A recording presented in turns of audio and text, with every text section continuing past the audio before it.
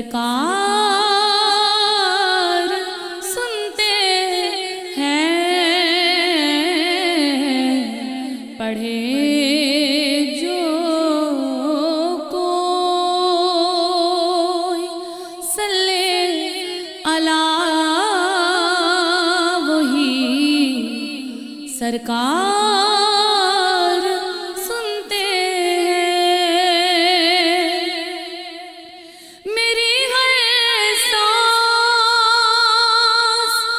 میری ہر سانس میری ہر سانس انہی کے کرم کے ساتھ چلتی ہے میرے دل کے دھڑکنے کی بھی وہ رفتار سنتے ہیں میرے دل کے دھڑکنے کی بھی وہ رفتار سنتے ہیں میں صدقے جاؤں میں صدقے جاؤں ان کی رحمت للعالمین کے پکارو چاہے جتنی بار وہ ہر بار سنتے ہیں پکارو چاہے جتنی بار وہ ہر بار سنتے ہیں سرے آئینہ سنتے ہیں پسے دیوار سنتے ہیں رحمت رمضان رحمت رمضان بسم اللہ الرحمن الرحیم اللہم صلی علی سیدنا و مولانا محمد و علی سیدنا علی جون و سیداتنا فاطمہ و سیداتنا زینب و سیدنا حسن و سیدنا حسین علیہ السلام و علی آلہ و اصحابہ و بارک وسلم و صلی علیہ. خواتین حضرات، آپ تمام دیکھنے والوں کو بہت خوش آمدید کہتے ہیں. پروگرام رحمت رمضان ہماری خصوصی ٹرانسمیشن افطار ہم جانتے ہیں، واقف ہیں اور انتظار میں ہیں ظاہر ہے عید کے، اور یہ بھی جانتے ہیں کہ ہم یہ جو خیر و برکت کا مہینہ ہے اس کے اختتامی مرحلے میں تقریباً داخل ہو چکے ہیں.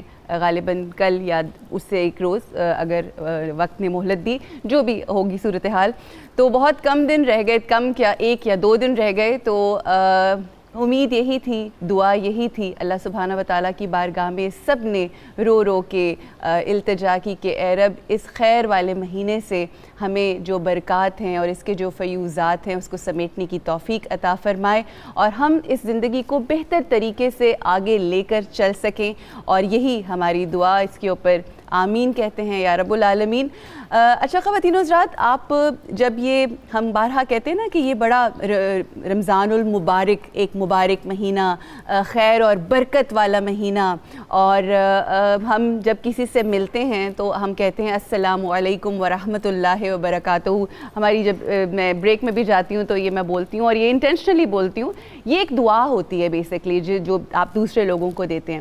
اسی کے ساتھ ساتھ آپ یہ دیکھتے ہیں کہ ہم جو نماز پڑھتے ہیں اس میں جو ہم درود شریف پڑھتے ہیں اس میں اللہ سبحانہ و تعالیٰ سے ہم یہ کہتے ہیں کہ اے رب تو رحمتیں اور برکتیں نازل فرما محمد و آل محمد صلی اللہ علیہ وآلہ وسلم پر، جس طرح سے تو نے آل ابراہیم کے اوپر رحمتیں اور اپنی برکات نازل فرمائیں۔ اچھا، یہ جو برکت، برکات، مبارک، متبرک، یہ ساری الفاظ جو ہم دیکھتے ہیں یہ بہت زیادہ لفظ ہوتا ہے۔ ہم جب کسی کو دعا دیتے ہیں ہم کہتے ہیں اللہ آپ کے رزق میں خیر و برکت ہو۔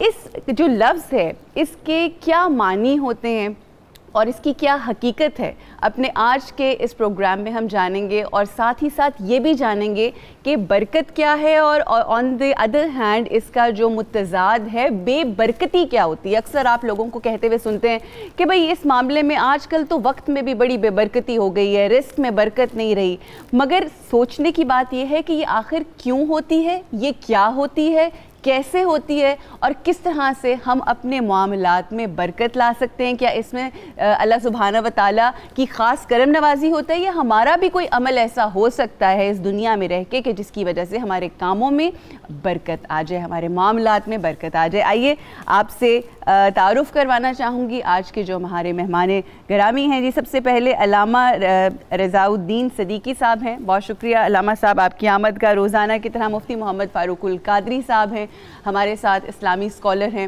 آپ کے تمام دیے گئے سوالات کا جواب دیتے ہیں۔ تلاوت کلام پاک کا پڑھنے کا شرف حاصل کیا جی قاری محمد ظفر علی سیالوی بھائی نے خوبصورت انداز میں، جزاک اللہ۔ اور میرے ساتھ میری بہن مریم منیر صاحبہ نے خوبصورت نعت آپ لوگوں کے سامنے پیش کی۔ جی مفتی صاحب، میں کہتی صوفی صاحب، مفتی صاحب یہ کیا برکت کیا ہوتی ہے، ذرا اس سے بتائیے۔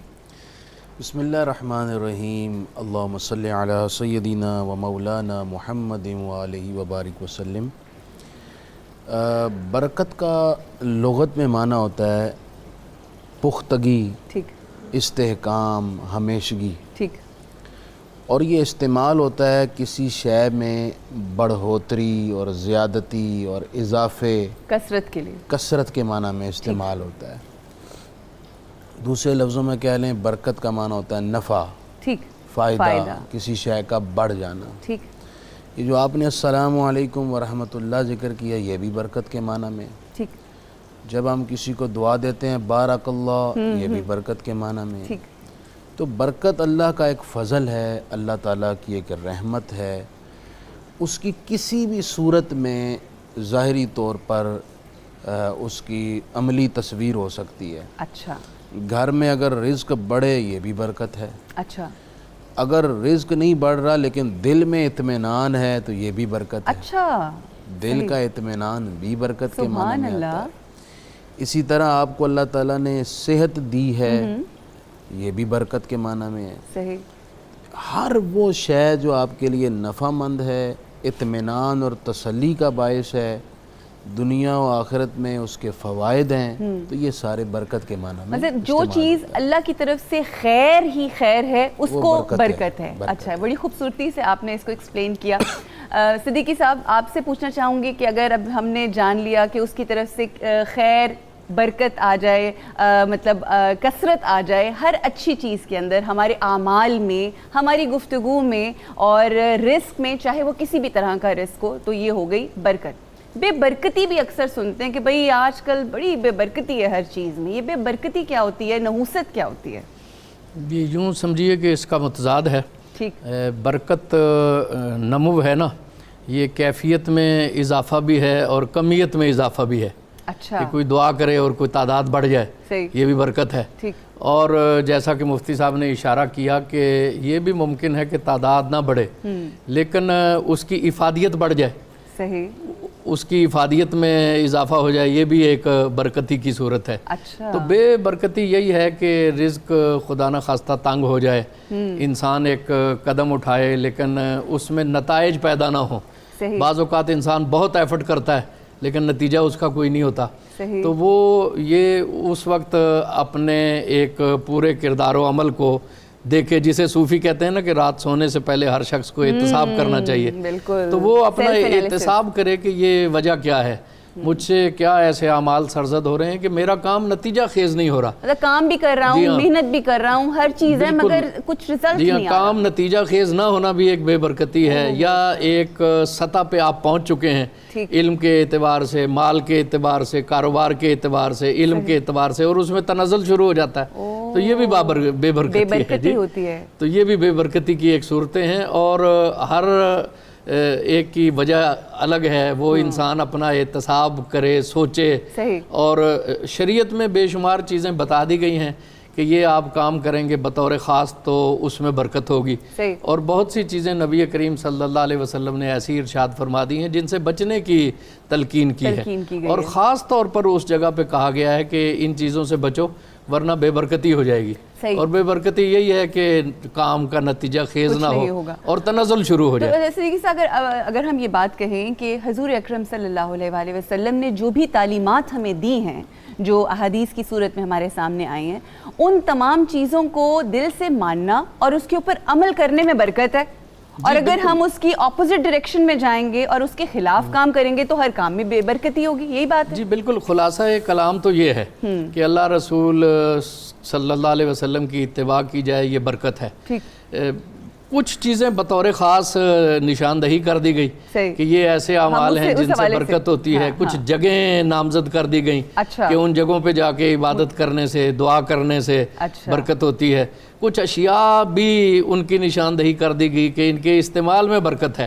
کچھ طریقہ کار اجتماعی اور انفرادی ایسے بتا دیے گئے کہ انسان اور معاشرہ ان پہ عمل کرے تو خیر و برکت میں اضافہ ہوتا ہے. تو چونکہ اسلامی تعلیمات کا دامن بڑا وسیع ہے, تو ایک جس طرح آپ نے کہا ایک اصولی بات بھی کر دی گئی, اور پھر اس کی بہت ساری جزیات بھی تفصیل کے ساتھ بتا دی گئی. تو وہ جو تفصیلات ہیں, اصل میں ہمارا مقصد یہ ہے کہ اپنے آج کے اس پروگرام میں ان تفصیلات کو بیان کیا جائے کہ کون سے ایسے عوامل ہیں, کون سی ایسی چیزیں ہیں جن کو کرنے سے برکت ہوتی ہے ہماری زندگی میں, اور کون سے ایسے عوامل ہیں کہ جن کو کرنے سے بے برکتی ہو جاتی ہے, کون سی ایسی خصلتیں ہیں جن کو اپنانے سے برکت, اور کون سی ایسے خصلتیں ہیں جن کو اپنانے سے بے برکتی ہوتی ہے. جی اگر اب ہم بے برکتی کے حوالے سے بات کریں تو بالخصوص کون سی ایسی چیزیں ہیں کہ جو حدیث کی روشنی میں ہمیں بتائی گئی ہیں جو بے برکتی کا باعث ہوتی ہیں؟ اچھا, بے برکتی کا ایک معنی یہ بھی ہوتا ہے کہ ایک شے کثرت سے آپ کے پاس موجود ہے, ٹھیک, مگر آپ کی ذات کو اس کا کوئی نفع یا کسی اور کو اس کا کوئی نفع نہیں پہنچ رہا. مثلا حدیث پاک میں ہے لیست السنۃ بألا تمطروا, اللہ تعالیٰ کا یہ طریقہ نہیں ہے کہ تم پر بارش بالکل ہی نہ نازل کرے. صحیح, وہ بارش ضرور اتارے گا. ٹھیک. وَلَكِنَّ السُّنَّةَ أَن تُمْطَرُوا ثُمَّ لَا يُبَارَكُ لَكُمْ فِيهِ. اس کا طریقہ یہ ہوتا ہے اللہ تعالیٰ کا, جب کسی سے ناراض ہو جائے, برکت اٹھا دے, وہ بارش تو اتارے گا لیکن اس بارش میں تمہارے لیے برکت نہیں ہوگی. اچھا, مثلا دیکھیں کچھ دنوں پہلے ہمارے ہاں بارش بڑی برسی, صحیح, کیا ہوا کہ فصلیں پکی ہوئی تیار تھیں, صحیح, اس موقع پر بارش آئی, سب کچھ ملیا میٹ ہو گیا, برکت کا باعث نہیں بنی, برکت کا باعث نہیں بنی. یہ بھی بے برکتی کی ایک علامت ہے. ہم غور کریں گے, آج گفتگو کریں گے ان عوامل پر بھی, کیا ریزنز ہوتے ہیں کیوں بے برکتی. اچھا, ایک بڑی اہم بات میں کرنا چاہ رہا ہوں, اگر آپ کے پاس وقت ہو. جی ہے وقت. معاشرے میں عمومی طور پر ایک حدیث پڑھی جاتی ہے صحیح بخاری کی, کہ نبی پاک صلی اللہ علیہ وسلم کی طرف وہ منسوب ہے, تو عبداللہ بن عمر سے روایت ہے کہ 3 چیزیں ایسی ہیں جس میں نحوست ہے, بے برکتی ہے. ٹھیک ہے. پہلی فرمایا المرأۃ, عورت. اچھا. دوسرا فرمایا والفرس, گھوڑا. تیسرا والدار, گھر. اب اگر یہ بات مان لی جائے تو آپ دیکھیں کہ عورتوں کی تو گودوں میں لاکھوں انبیاء, 1,24,000 کم و بیش, لاکھوں اولیاء اور بڑے بڑے فلاسفر, مفکر اور علماء پیدا ہوئے اور ان کی تربیت سے بنے, تو ہم اتنی پاک ہستیوں کو منحوس کیسے کہہ سکتے ہیں؟ اسی طرح گھروں میں لوگ آرام کرتے ہیں, سواریوں سے وہ منفعت اٹھاتے ہیں, تو کیسے کہہ سکتے ہیں کہ ہر عورت, سواری اور گھر جو ہے یہ منحوس ہے؟ یہ روایت حضرت ابو ہریرہ سے مروی ہے. ٹھیک ہے. حضرت ابو ہریرہ جب آئے تو حضور علیہ الصلوۃ والسلام اس سے پہلے بھی کچھ کلام کر چکے تھے جو وہ نہیں سن سکے. اچھا اس بات کی وضاحت کی سیدہ ام المومنین حضرت عائشہ صدیقہ رضی اللہ تعالیٰ عنہ نے. اچھا وہ فرماتی ہیں کہ جب ان کو بتایا گیا ابو ہریرہ یہ روایت کر رہے ہیں، سیدہ فرمانے لگیں حضور نے اس سے پہلے بھی کلام کیا تھا جسے حضرت ابو ہریرہ نے نہیں سنا. بالکل ٹھیک. وہ یہ تھا کہ حضور علیہ السلام نے فرمایا قال الیہود، یہودی یہ کہتے ہیں اچھا کہ بے برکت جو نحوست ہے وہ عورتوں میں، گھروں میں اور سواریوں میں ہے. صحیح. حالانکہ میں جو دین لے کر آئے ہوں اس میں ایسا نہیں ہے. ٹھیک. اس میں کیا ہے؟ سنن ابن ماجہ میں حدیث پاک ہے، حضرت مخمر سے مروی ہے، نبی پاک صلی اللہ علیہ وسلم نے ارشاد فرمایا کہ لا شوما، نحوست وغیرہ کچھ بھی نہیں ہے. اچھا سنو، نحوست کچھ نہیں ہے. صحیح. تو کیا ہے یار؟ آقا کریم علیہ السلام فرمایا وَقَدْ يَكُونُ الْيُمْنُ فِي الْمَرْأَةِ وَالْفَرَسِ وَالدَّارِ. ٹھیک. ہاں 3 چیزوں میں برکت ضرور ہوتی ہے، اچھا عورت میں، گھوڑے میں اور گھر میں. اچھا مطلب اس بالکل میں کانٹری. ہاں اس سے پتہ یہ چلا کہ جس طرح قرآن مجید کی بعض آیات کی دوسری آیات تفسیر اور تشریح کرتی ہیں، بعض احادیث بھی ایسی ہوتی ہیں جو مجمل ہوتی ہیں اور دوسری احادیث میں بیان آ جاتا ہے. ٹھیک ہے. اس لیے ایک ہی بات کو پکڑ کر اس کا پرچار کر کے لوگوں کو ذہنی اضطراب کا شکار کرنا بالکل درست طرز عمل نہیں ہے، مس گائیڈ کرنے والی اب بات. صحیح بات کیا ہے؟ صحیح بات یہ ہے کہ نہ تو ہر عورت میں بے برکتی ہے، ٹھیک. نہ ہی ہر گھر میں اور ہر سواری میں. صحیح. نحوست نام کی شے ہے ہی نہیں. اچھا. نحوست کوئی شے نہیں. ہاں نحوست کا 2 معنی ہے نا. صحیح. ایک نحوست کا معنی ہے کہ کسی شخص سے بس نقصان ہی نقصان ہو. صحیح. نحوست کا ایک معنی یہ. تو ایسا نہیں ہے کہ ہر عورت سے نقصان ہی نقصان ہو، اس معنی میں کوئی عورت منحوس نہیں ہے. ٹھیک ہے. کوئی سواری منحوس نہیں ہے، کوئی گھر منحوس نہیں ہے. مفتی صاحب اکثر اوقات لوگ کہتے ہیں کہ فار ایگزامپل شادی ہوئی، گھر شادی ہو کے گھر کوئی بچی آئی، کسی کی ڈیتھ ہو گئی، کسی کام میں بزنس میں نقصان ہو گیا، تو وہ اس کو کہتے ہیں کہ یہ تو ہے، اس کا تو قدم ہی نحوس ہے. بالکل جہالت ہے، بہت بڑی جہالت ہے اور بڑا ہی غیر مناسب اور غیر اخلاقی اور غیر اسلامی طرز عمل ہے. اس عورت کو کرٹیسائز کرنا، اس کو ڈیگریڈ کرنا، اس کو غیر مہذب اور ناشائستہ الفاظ کے ساتھ بلانا. ایسا ہے ہی نہیں کہ ایک ذات کا وجود بس نقصان ہی نقصان کا باعث ہو. ہاں یہ ہو سکتا ہے کہ کسی عمل کی وجہ سے بے برکتی اس معنی میں ہو سکتی ہے کہ اللہ تعالیٰ کو رزق کی تنگی کا شکار کرے، کسی عمل میں برکت نہ پیدا کرے، وہ کسی اور گناہ، کسی خطا کی وجہ سے ہو سکتا ہے. بالکل صحیح. اچھا جی، اب جو دیکھنے والے ہیں ان سے ہم یہی کہنا چاہیں گے کہ یہ جاننے کی بھی تو ضرورت ہے نا کہ آخر کیا وہ عوامل ہوتے ہیں، وہ کیا ریزنز ہوتے ہیں، کیا کازز ہوتے ہیں کہ جس کی وجہ سے بے برکتی ہوتی ہے، اور وہ کیا ایسے اچھے اعمال ہیں کہ جس کی وجہ سے خیر کثیر اور با برکت ہو جاتی ہے ہر چیز. انشاءاللہ اس حوالے سے ہم گفتگو کریں گے. آپ لوگ بھی ہمیں ضرور کال کیجیے گا. آفٹر دا بریک رکیں گے ایک چھوٹے سے وقفے کے لیے، انشاءاللہ واپس آئیں گے اس بریک کے بعد. السلام علیکم ورحمۃ اللہ وبرکاتہ.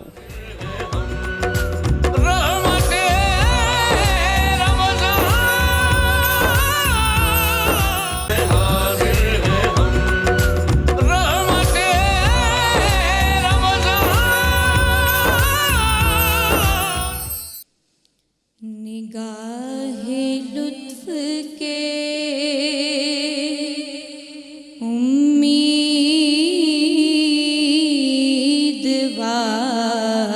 امیدوار ہم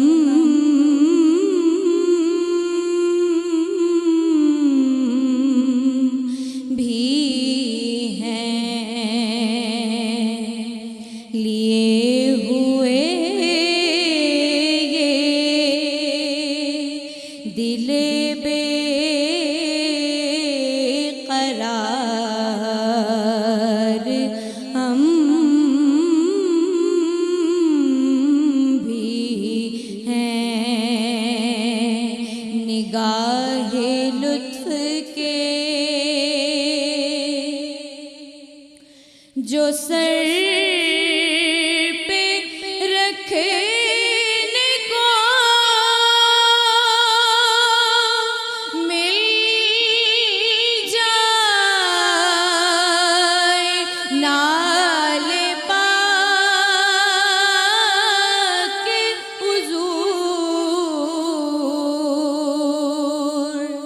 جو سر پہ رکھنے کو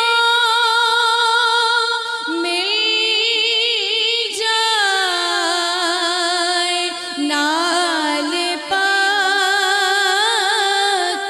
حضور تو پھر کہیں گے کہ ہاں تاجدار ہم بھی ہیں، لیے ہوئے یہ دل بے قرار ہم بھی ہیں، ہمارے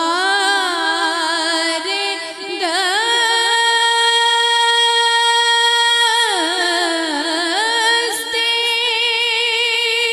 تمنا کی لاج بھی رکھنا،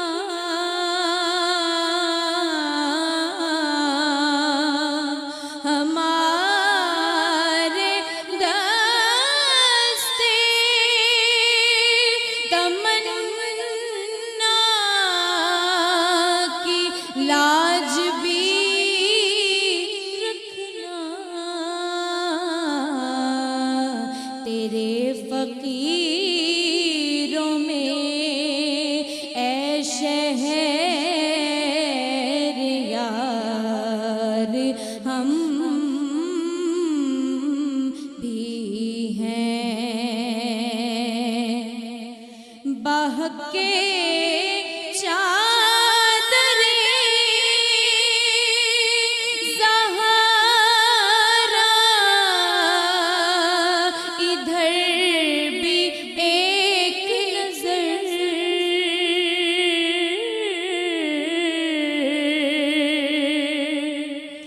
بہکے چادریں زہرا ادھر بھی ایک نظر،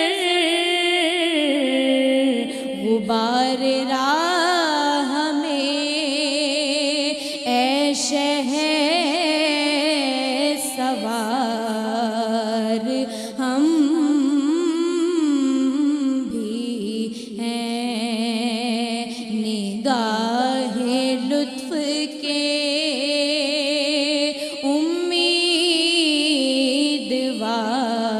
امیدوار ہم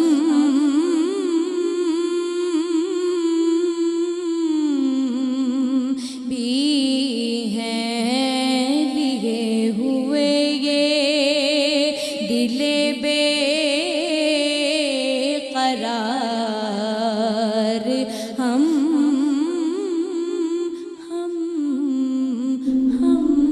بھی ہیں۔ جزاک اللہ، کیا کہنے جی، یہ تھی نورینہ امتیاز، بڑی خوبصورت انداز اور بڑی خوبصورت آواز۔ اور یہ ہم اس دن نا بیٹھے ہوئے تھے افطاری کے اوپر، تو کہتی ہیں کہ سارے بڑی تعریف کرتے ہیں مگر میرے والد ہیں نا وہ کہتے ہیں کہ تم اتنا اچھا نہیں پڑھتی، تو میں آپ کے والد کو بتانا چاہتی ہوں کہ ماشاءاللہ آپ کی بیٹی بہت عقیدت اور بہت محبت سے پڑھتی ہے، اور یہ ڈیفینیٹلی صحرا والدین کے سر پہ جاتا ہے، تو وہ بھی ممکن ہے اس لیے کہتے ہیں تاکہ مزید محنت کریں۔ بالکل بالکل ایسا ہی ظاہر ہے۔ اور ساتھ جی جوائن کیا ہے ہمیں اسماء اقبال نے بھی، تو انشاءاللہ ان سے بھی کلام سنیں گے۔ ایک حدیث قدسی ہے مسند احمد کی کہ جب میری اطاعت کی جائے تو میں خوش ہو جاتا ہوں، جب میں خوش ہوتا ہوں تو برکتیں عطا کرتا ہوں، اور میری برکتوں کی کوئی انتہا نہیں۔ یہ اللہ سبحانہ و تعالیٰ اپنے بندوں سے یہ بات کہہ رہا ہے۔ تو یہ جو برکتیں اللہ سبحانہ و تعالیٰ اطاعت کے صلے میں دیتا ہے، تو جاننا یہ ہم چاہتے ہیں کیا عوامل ہیں، وہ کون سے ایسے عمل ہیں انسانوں کے اطاعت کے ساتھ ساتھ، ظاہر ہے اطاعت میں سارے اعمال آتے ہیں، کیا ہیں جس سے برکت آ جائے ہماری زندگی میں؟ برکت آنے کی سب سے بڑی جو ریزن اور سبب ہے وہ یہی ہے جو آپ نے حدیث پاک پڑھی ہے کتاب الزہد کی مسند امام احمد بن حنبل کے مصنف امام احمد بن حنبل نے یہ حدیث لائی ہے. اس حدیث کے ایکچوئل الفاظ یہ ہیں کہ انی اذا اطعت ردیت، صحیح، کہ جب میری پیروی کی جاتی ہے، فرما برداری کی جاتی ہے تو میں خوش ہوتا ہوں. ٹھیک، راضی ہو جاتا ہے. اذا ردیت بارکت، اور جب میں خوش ہوتا ہوں تو میں برکت عطا کرتا ہوں، صحیح. اور پھر میری برکت کی کوئی انتہا نہیں. اسی طرح حدیث پاک میں ہے کہ کلو امر ذی بال لم یبدا بسم اللہ فہو اقطع، کہ ہر وہ کام جو اللہ تعالیٰ کی حمد یا بسم اللہ کے بغیر شروع کیا جاتا ہے، اچھا، اس میں برکت نہیں ہوتی. ٹھیک ہو گیا. تو برکت حاصل کرنے کا دوسرا طریقہ یہ سمجھ میں پہلا آیا، عمل یہ ہے، ایک مومن کی نشانی بھی ہے کہ وہ ہر کام بسم اللہ پڑھ کے کرتا بسم ہے، اللہ پڑھ کے اپنے کام کو شروع آغاز کرے کرتا ہے. تو اس سے اس کے کاموں میں برکت پیدا ہوگی. ٹھیک. اسی طرح برکت کو زائل کرنے والا ایک عمل ہے سود. یمحق اللہ الربا، جی بالکل، جنگ اللہ تعالیٰ سود کو تباہ کرتا ہے اور حلال کمائی میں، تجارت میں برکت عطا کرتا ہے. ٹھیک. تو یہ سود بھی تباہی اور بے برکتی ہے. تو سود سے بچنا برکت لے کر آتا ہے، صحیح. یعنی حلال کی طرف آنا اور سود سے بچنا ٹھیک. یہ برکت کا باعث ہے. اسی طرح قرآن مجید کی سورہ طٰہٰ کی آیت نمبر 24 میں بھی ارشاد فرمایا وَمَنْ أَعْرَضَ عَنْ ذِكْرِي فَإِنَّ لَهُ مَعِيشَةً ضَنْكًا، صحیح، کہ جو شخص میری یاد سے اعراض کرتا ہے میں اس کی زندگی کو بڑا تنگ کر دیتا ہوں. مطلب میری یاد سے دور ہو جاتا ہے، مطلب نماز نہیں پڑھتا، بڑا ٹھیک ہے، اللہ تعالیٰ اور اس کے رسول کی پیروی نہیں کرتا، اللہ تعالیٰ کے حکم کو اہمیت میں ہی نہیں لاتا. صحیح. تو یہ کیا ہے؟ یہ بنیادی سبب ہے زندگی سے برکت کے اٹھ جانے کا. ٹھیک. اب وہ کسی بھی صورت میں اٹھ سکتی ہے، چاہے عمر کم ہو جائے، چاہے رزق کم ہو جائے، چاہے بندہ بیماریوں میں مبتلا ہو جائے، کوئی بھی صورت ہو سکتی ہے. رحمت رمضان،